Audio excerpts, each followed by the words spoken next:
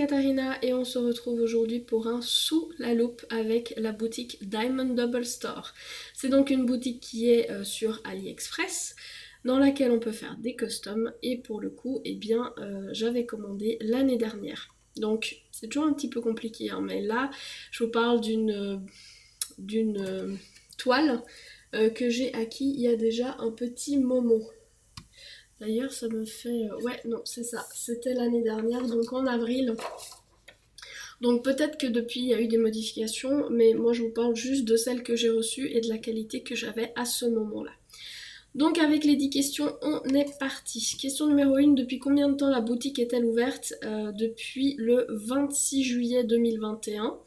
C'est pas une si vieille boutique que ça. Je sais plus combien il y avait à l'époque, mais quand j'ai été revoir là maintenant pour vous faire la vidéo, j'étais un petit peu étonnée par rapport au pourcentage de positivité. Donc question numéro 2, les 3 notes, comme vous le savez sur AliExpress, on peut annoter 3 choses en particulier, c'est-à-dire le produit, est-ce qu'il est tel qu'il est décrit, ils ont 4.6 sur 5. La communication du vendeur, ils ont 4.5 sur 5 et la rapidité de livraison, ils ont 4.4 sur 5. Effectivement, je suis assez d'accord qu'au niveau de la rapidité de livraison, c'est pas leur plus fort. Personnellement, ma toile, je l'ai reçue, c'était quand même longuet. Maintenant, ils ont que 92.1 de positif. Bon, ok. C'est un peu étonnant par rapport à ce que moi j'ai eu comme qualité. Maintenant, je peux comprendre que depuis, peut-être que ça a changé aussi. Question numéro 3, quel type de custom y trouve-t-on? C'est des customs sans AB. Les tailles, il y a différentes tailles, vous pouvez leur demander des tailles différentes, enfin plus. Vous pouvez leur demander une taille de toile, pardon, je n'arrive plus à parler. Ils ont plusieurs possibilités directement dans leurs annonces et si vous ne trouvez pas la taille que vous avez besoin, vous pouvez les contacter pour demander une taille différente. Par contre, il n'y a pas de toile, par exemple tout en strass ou de trucs comme ça chez eux, c'est vraiment du basique. Question numéro 4, au niveau de contact et layout, moi j'ai eu aucun problème, le layout il m'a été envoyé assez rapidement, le vendeur il a été réactif, enfin franchement j'ai pas eu de soucis au niveau de la communication avec le vendeur. Question numéro 5, combien de temps entre le jour de la commande et la réception? 45 jours. Ça fait quand même beaucoup par rapport à la moyenne des autres vendeurs. Je dis pas qu'ils font pas bien ou qu'ils envoient très lentement, etc. Mais c'est juste un comparatif par rapport aux autres vendeurs. C'est le vendeur chez qui ça m'a pris le plus de temps pour avoir ma toile. Donc j'avais passé commande le 2 avril et je l'ai reçue le 17 mai. Voilà. Au niveau de la question 6, en fait, quand j'ai tourné cette vidéo, la boutique était en vacances. Je sais pas si c'est encore le cas actuellement ou pas. Ce qui se passe par contre, c'est que quand une boutique sur AliExpress est en vacances, vous pouvez pas aller regarder les annonces. J'ai réussi à trouver via Google directement en fait le lien justement pour accéder à une annonce de custom et je suis aussi passée par mon propre achat en fait, pour aller directement sur la boutique. Maintenant, c'est des prix que je vous donne par rapport au prix effectué vis-à-vis de mon achat. C'est un prix qui date d'il y a une année. Est-ce que depuis il y a eu des changements ou pas? Je ne sais pas. Donc ça, ce n'est pas sûr. Voilà, on va dire ça comme ça. J'ai eu des frais de port, alors c'était minime, c'était moins de 1$, mais effectivement il y avait des frais de port, par contre il n'y avait pas d'autres frais. Pour une 40 par 50, c'était 12,76$. Une 50 par 70, c'était 19,95$ et une 60 par 90, c'était 27,51$. Et il n'y avait pas de différence de prix, que vous preniez des ronds ou des carrés.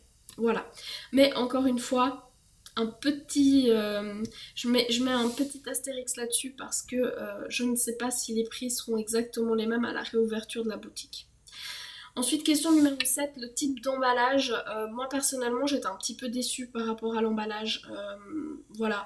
La toile, en fait, elle venait directement autour des diamants et dans une simple enveloppe à bulles.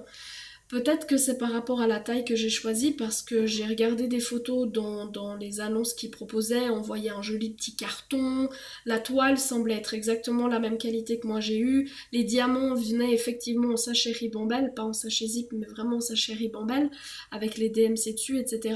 Mais c'est vrai que du coup moi j'ai pas eu le carton. Alors je sais que chez certains vendeurs sur AliExpress, ça dépend de la taille que vous choisissez. En dessous d'une certaine taille, vous allez les recevoir dans des simples enveloppes et au-dessus de cette taille, vous allez recevoir en carton. Donc peut-être que si j'avais choisi une taille plus grande, j'aurais eu la toile dans un carton, mais c'était pas le cas. Moi, c'est vraiment arrivé simplement les diamants, enfin la toile autour des diamants, le tout dans une enveloppe à bulles, et du coup ça avait un petit peu marqué la toile. Je vous montrerai après comment est-ce que la toile elle est actuellement après une année quand même à plat, mais voilà, c'était rien d'excessif, mais à signaler quand même dépendant de la taille que vous prenez. Ensuite, les diamants, voilà, comme je vous ai dit, venaient en sachet Ribambelle. Il n'y avait pas de feuille de route du tout. Donc voilà, à se référer par rapport à la charte qu'il y a sur la toile.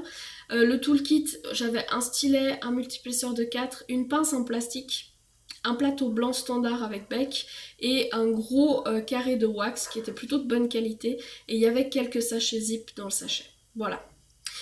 Niveau 8, enfin question 8, quel type de toile et quel type de colle?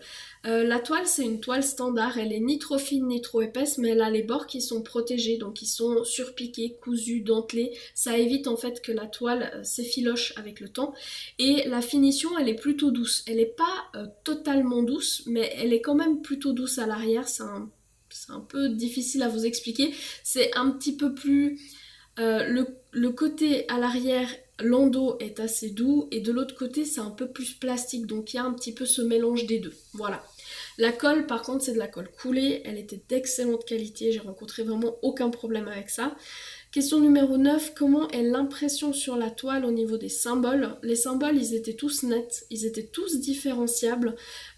J'avais un B minuscule et un Q minuscule, mais c'était pas du tout dans les mêmes fonds. Puis en plus, je vous l'expliquerai après, mais je veux dire, le Q, il y en avait 4 à placer, c'était pas la fin du monde, et puis voilà.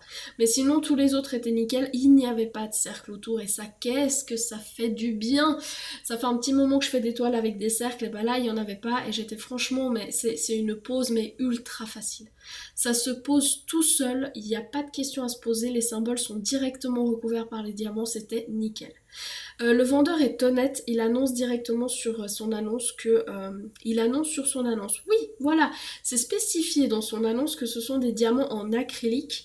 Alors, moi j'ai tellement pas de déchets dans cette toile qu'il me serait difficile de vous confirmer si c'est de l'acrylique ou non.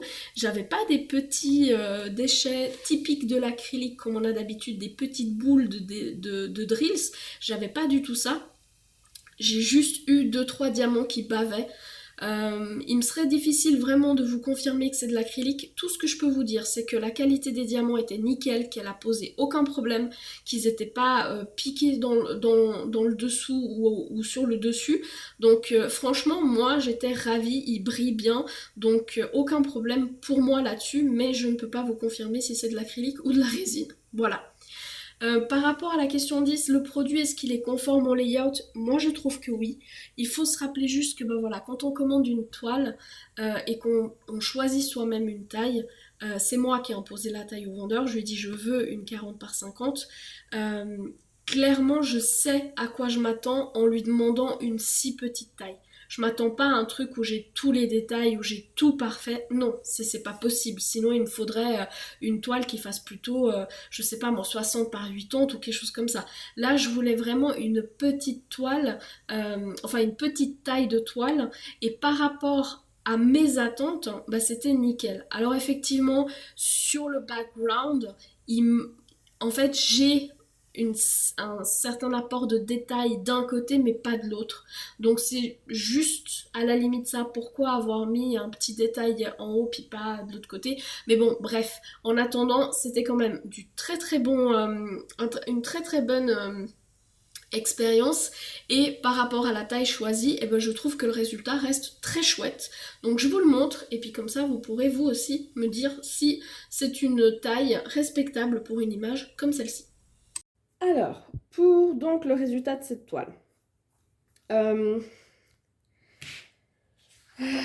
On a parlé de la qualité de la toile, donc ça a posé aucun problème. Ça a une finition un petit peu moins douce que les autres, mais c'est quand même une finition douce. C'était arrivé donc autour des diamants, et là je pense que vous pouvez voir, il y a comme un creux juste à cet endroit. Juste à cet endroit-là, on voit quelques marques. Mais franchement, ça a posé aucun problème au niveau de la pose des diamants, donc ça c'est tout bon.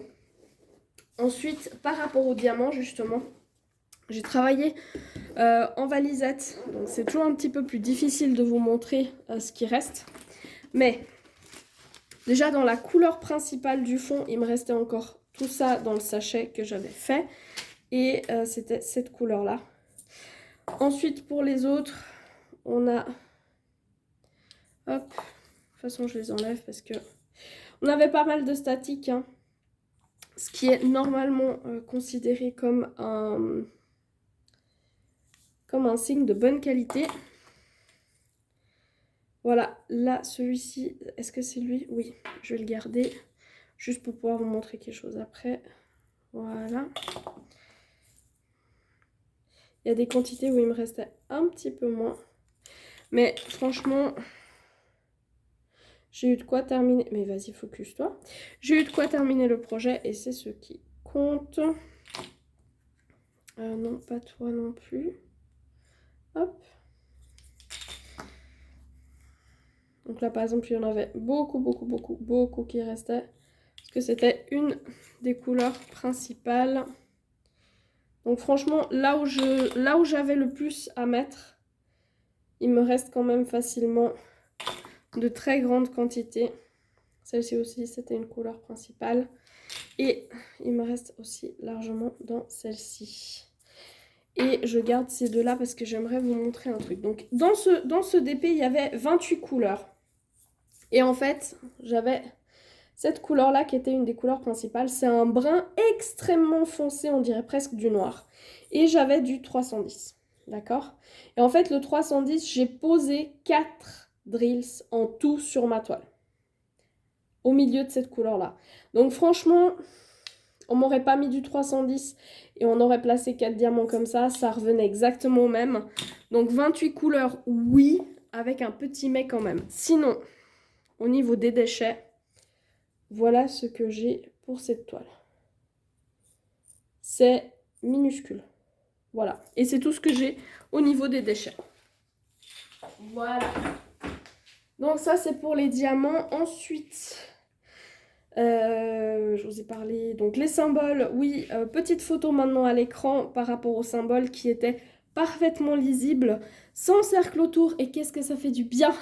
Ça faisait un petit moment que j'avais pas de toile où il n'y avait pas de cercle. Et franchement, qu'est-ce que c'est agréable. C'est tellement facile à recouvrir. C'est vraiment le top. Ensuite, pour le produit, alors, hop, on va se lever un tout petit peu. Hop. Oh, elle est mignonne. Bon, le washi aussi est mignon.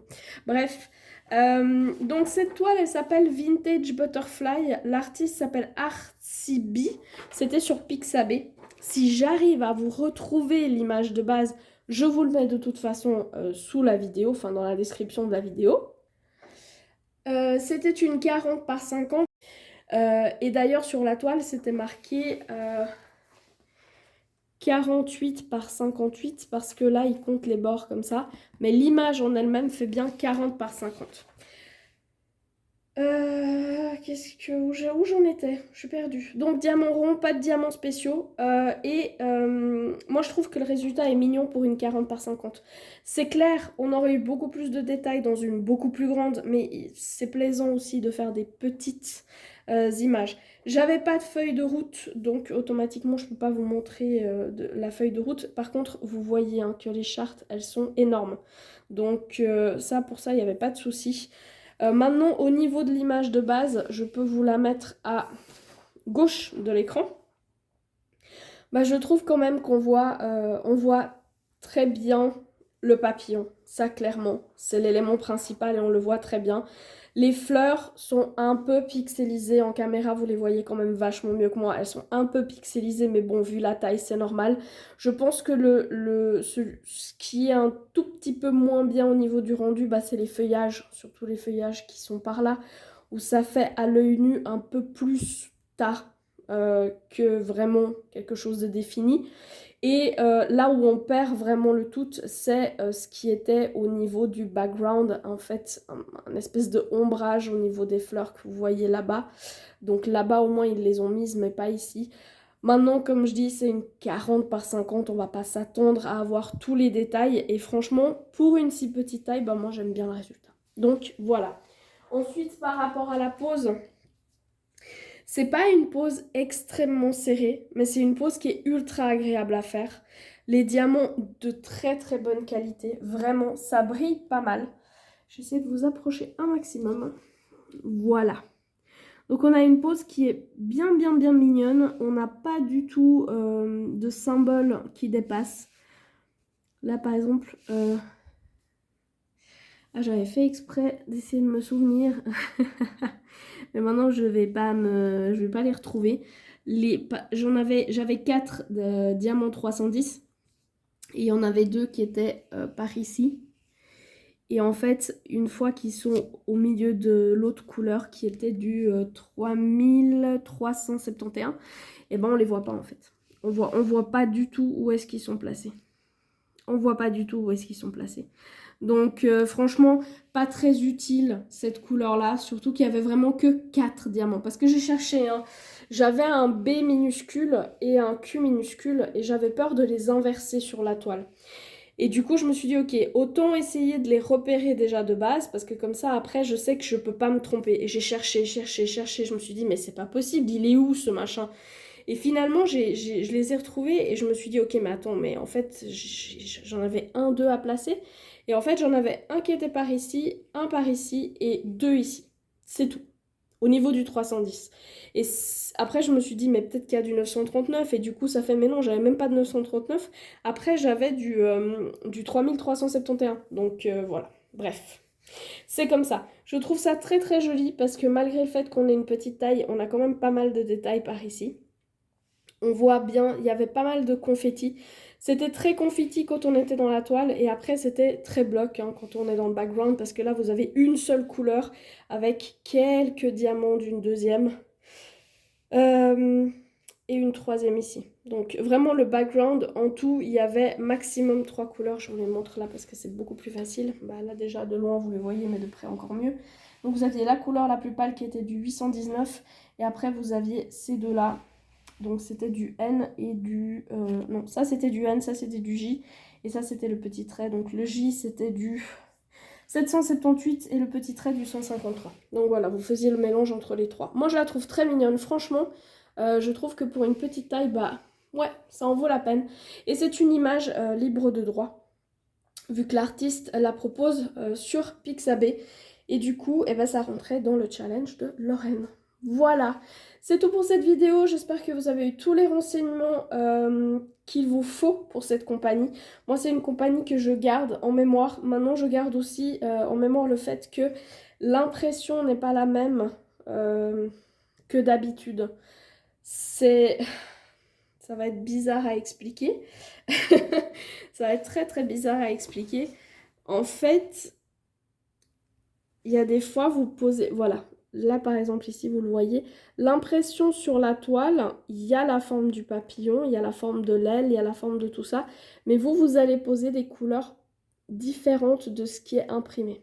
Voilà. Ça donne une espèce de profondeur à la toile. Il faut aimer ce genre de pose. Hein. Moi, c'est pas sur toutes les images que j'aime. Mais sur celle-ci, ça l'a bien fait. Du coup, je vais garder le vendeur en tête, mais en me rappelant aussi de ce petit détail-là. Voilà, c'est tout pour cette vidéo, j'espère qu'elle vous a plu. En attendant la suivante, je vous souhaite de très très belles sessions de DP et n'oubliez pas le petit chocolat.